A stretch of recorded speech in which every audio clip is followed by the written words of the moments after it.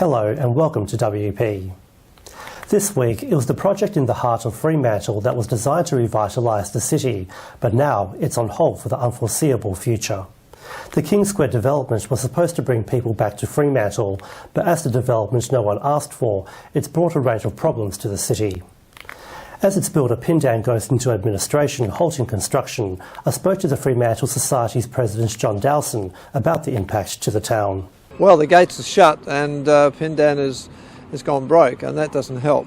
It does go back a long way when council decided to enter into a business plan 10 years ago with a group of some developers and sold off the assets, a lot of the assets of the city to the developers at a low price, and with the idea of revitalising the centre of the city. And revitalisation is a great idea. It's just that by getting into bed with the developers and by selling off our assets cheaply and then ending up with a builder who is regarded by the unions as a third tier builder, we have a building here which is now locked, shut, the gates shut. The very same day the Mayor had a party to celebrate his departure from Fremantle. So we don't have a CEO, we don't have a Mayor, and we don't have a finished project. This question needs to be asked. Do the people of Fremantle actually want this?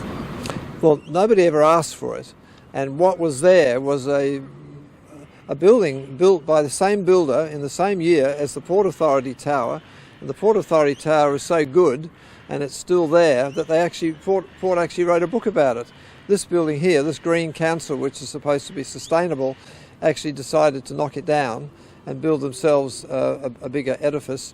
And I don't think too many people actually like what's there.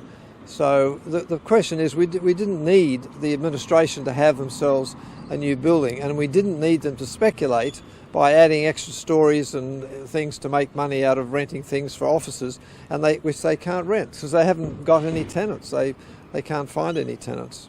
There were promises that the offices would be full and the shops would be bustling here in the square, but is that still going to be the case? Do you think it's going to be? Well, you can hear the birds, but you can't hear much noise, other noise around here at the moment. It's very sad. The Liberal government did help by putting 1,400 workers behind us in the big building there. That was great. We've got the government workers there, but this is a derelict part of town. Still, you can see that it hasn't improved, and people don't want to come here. And just sticking a new administration building for the mayor and councillors isn't going to fix the problem. You've got to do lots of small things. You don't do just one. You don't keep doing these big boxes. There's a big box being built over there. There's big boxes over town. They think that the answer is big boxes, and well, it's not. The construction company Pindan has a huge part to play, being the builder, but there are concerns about their involvement. What are the actual concerns? The councillors have a responsibility to make sure that whoever was chosen would do a good job, but they chose Pindan, and unfortunately Pindan is now looks like it's in receivership. So I don't think Pindan's, according to the unions, has ever had a very good reputation in terms of paying the right wages and chasing the right quality. And finally, do you think that this council is going to be held accountable? We're finding it very hard to attract fresh blood. We're finding it very hard to get people to want to run for council. It's wonderful when people do put the hand up to run for council.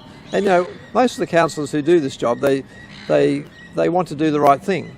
But you've got to have people who actually really love the heritage and are proud. I mean, there's too many people just not proud of our own history who want to get rid of it, and that's a disgrace. I mean, we've got wonderful bones in this town and wonderful history and wonderful heritage. And next week they're going to vote to change the name of the square. I mean, why? Why? For 200 years we've had this as the centre of Fremantle, King Square. King Square here, Queen Square up there, and all the streets radiating out from that, and the 1833 Regency planning. So, why change? There's no need. We do have the bones of a great place. And now, here's this week's COVID-19 commentary with AMA-WA President Dr. Andrew Miller.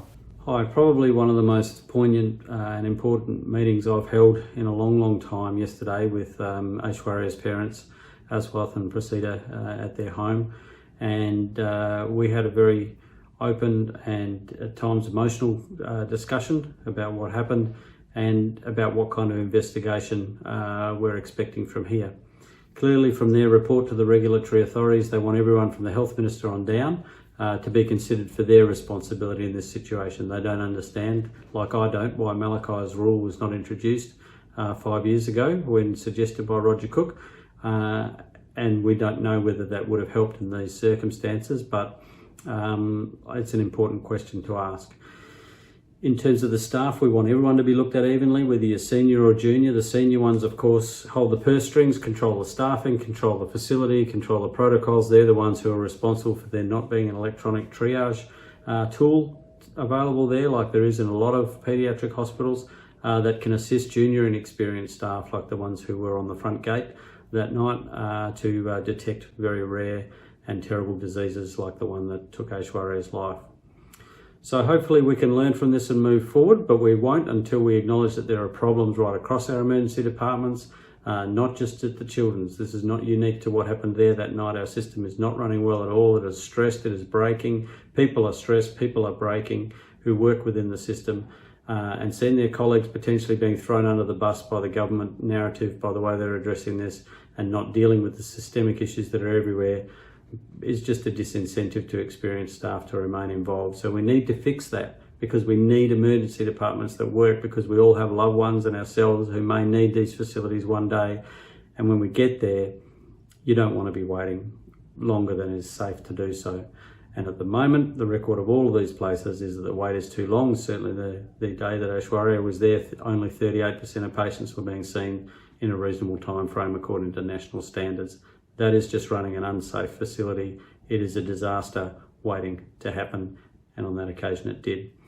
There's a rally organised for this Tuesday to highlight these issues and the fact that the Health Minister really needs to focus on this portfolio if he's going to stay in it, and that he needs to accept that there are problems here and start dealing with them right across the system, not just in this one emergency department. So doctors and nurses will get together at that and focus on getting answers for Aishwarya, supporting one another, and getting the health system fixed in Western Australia. Thanks for your time. That was Dr. Andrew Miller, and that's WP for this week. We'll be back again next time, but for now, it's back to you. Thank you, Nelson. And here's Leo with what's coming up on 6 News. Thanks guys, tonight on 6 News, it's stage 2 of a ceasefire between Israel and Hamas after 11 days of bloody conflict that has killed over 240 people. Both sides right now claiming victory and warning that if the agreement is broken, the strikes will continue. Plus, thousands of students march across Australia calling on the Morrison government to do more when it comes to action on climate change and to stop investing in gas and coal-fired power. And never before seen footage of the 1937 Hindenburg disaster shared for the first time, providing fresh insight into what caused the fatal explosion which saw 35 people killed as it attempted to land in a New Jersey airfield. You can see full details on those stories and plenty more on our YouTube channel. Just search 6 News Australia to find us, and our website 6newsau.com. For now though guys, it's back to you.